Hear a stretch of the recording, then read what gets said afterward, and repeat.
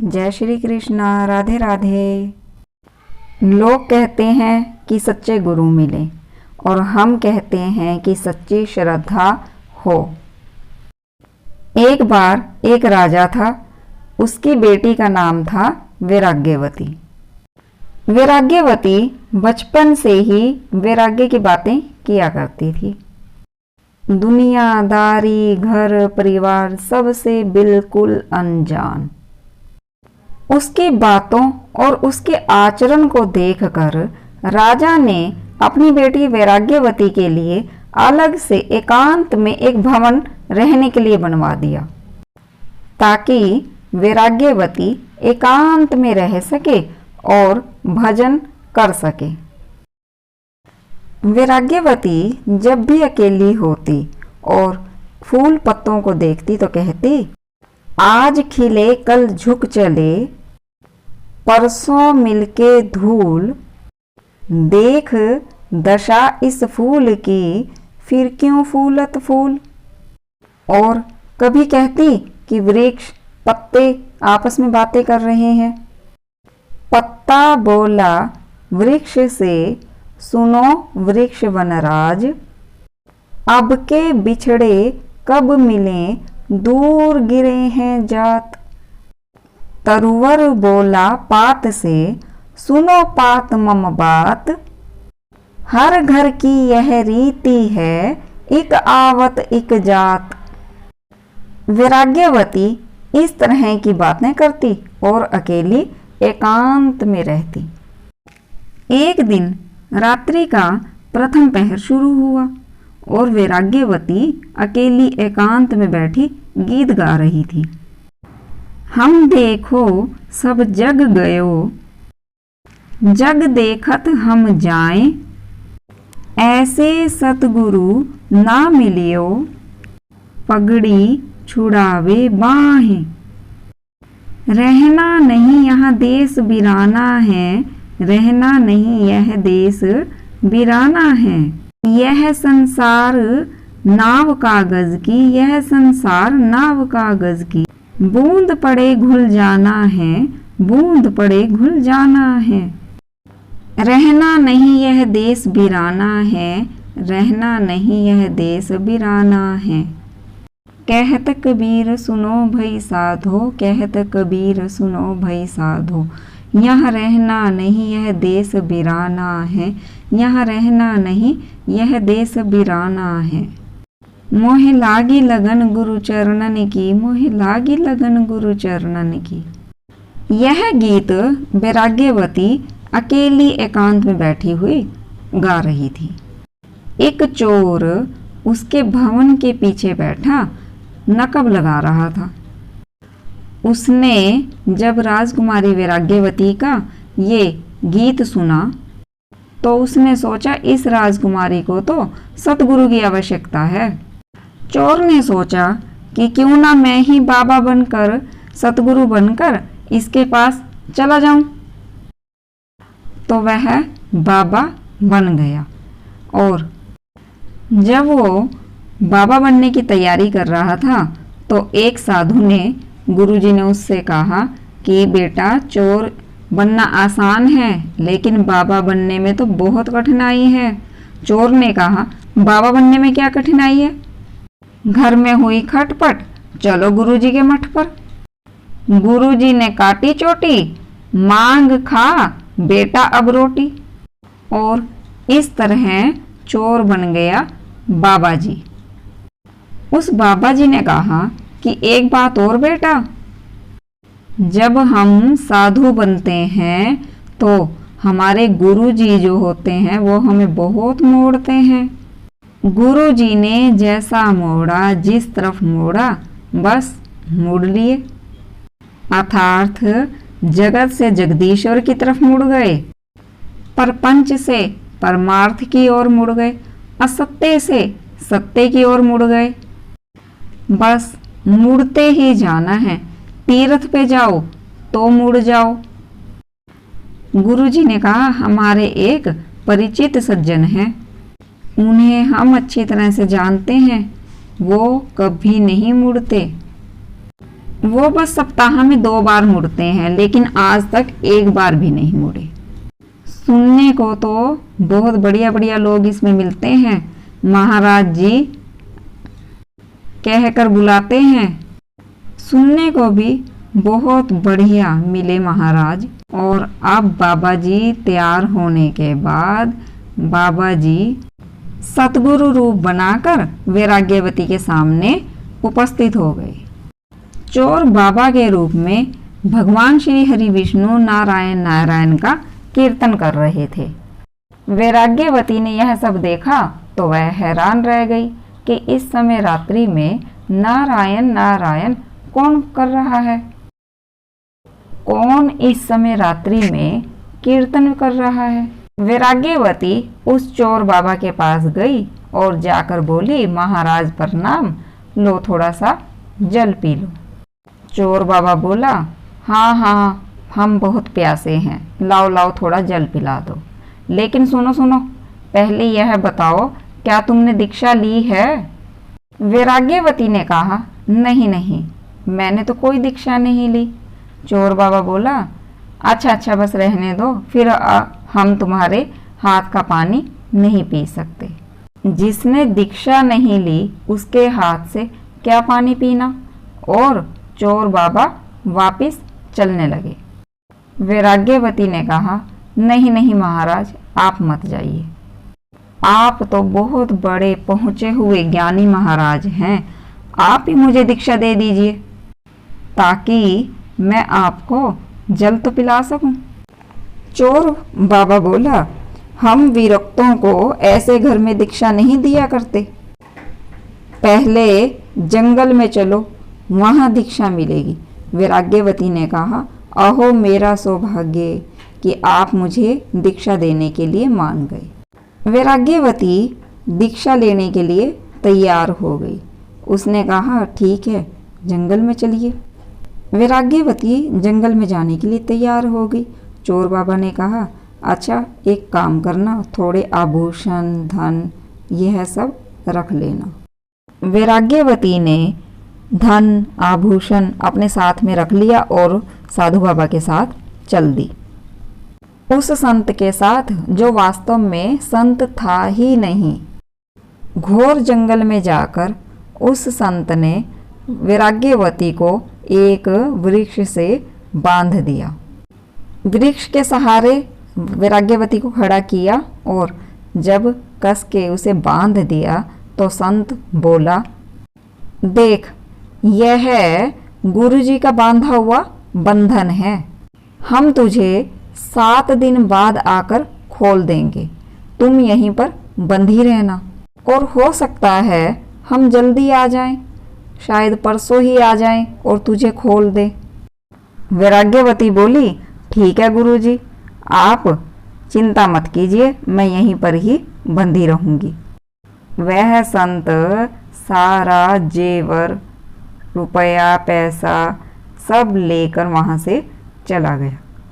दूसरे दिन राजा ने वैराग्यवती को महल में कहीं नहीं पाया और फिर राजा ने वैराग्यवती को पूरे महल में खोजा।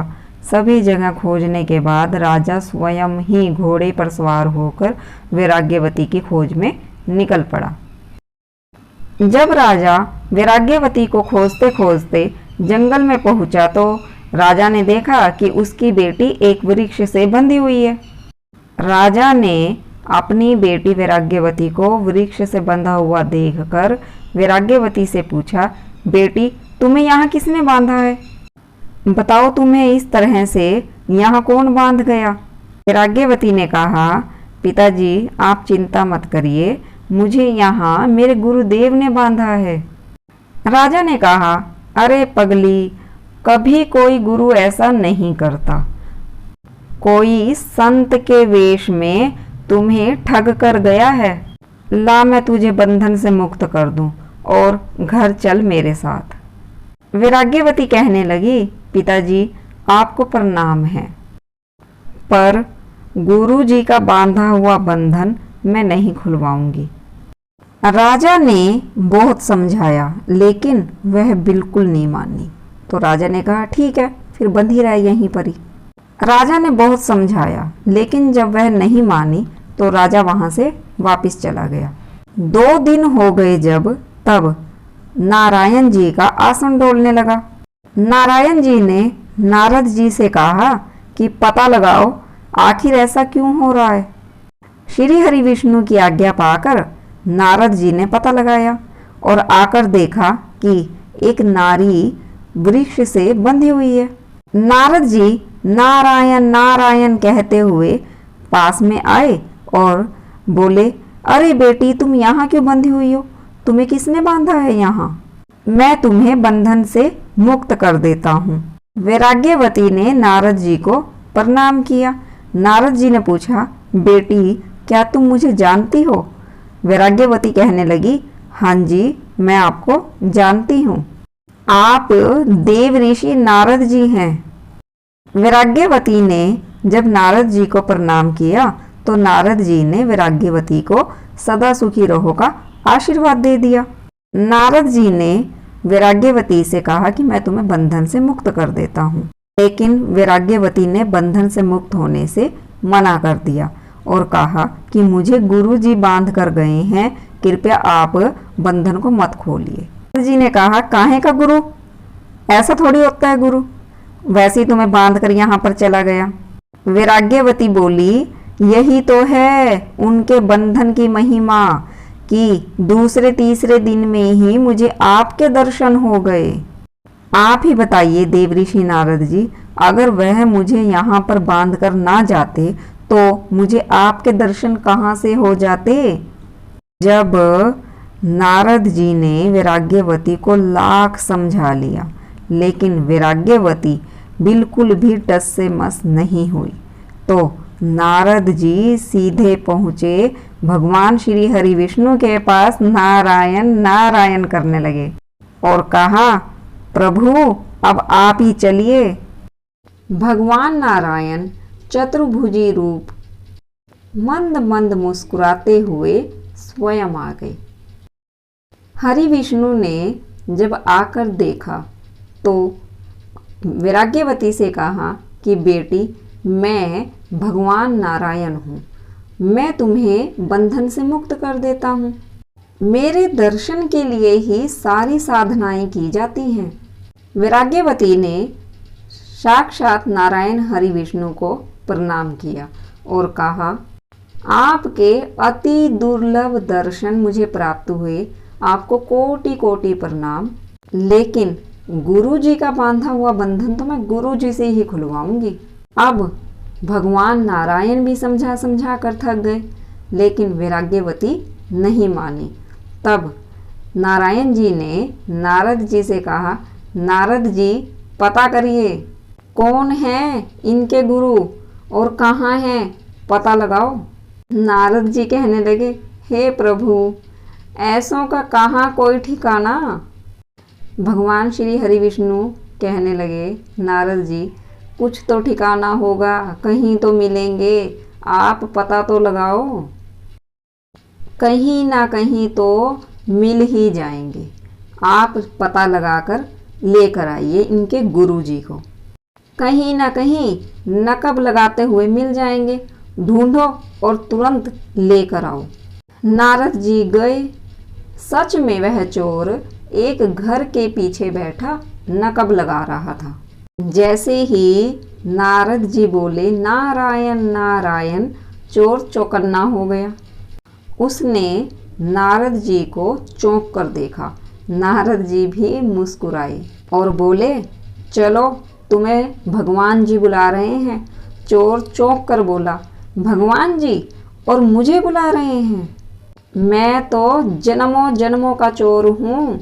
नारद जी कहने लगे, चलो, क्योंकि तुम जिस वैराग्यवती को बांध कर आए हो उसे बंधन से मुक्त करो चलकर। भगवान जी भी वहीं खड़े हैं। बेचारा चोर सकुचाते हुए आ गया। सिर नीचे किए हुए उसने भगवान जी को प्रणाम किया। भगवान जी ने कहा, गुरुदेव, आप शिष्या को जल्दी से मुक्त करिए। चोर बेचारे ने बड़ी ही लज्जा से सकुचाते हुए अपने शिष्या की रस्सी को खोला, लेकिन वैराग्यवती की जैसे ही रस्सियां खुली, वह दोनों हाथ जोड़कर एक तरफ आकर खड़ी हो गई और दोनों हाथ जोड़कर सोचने लगी,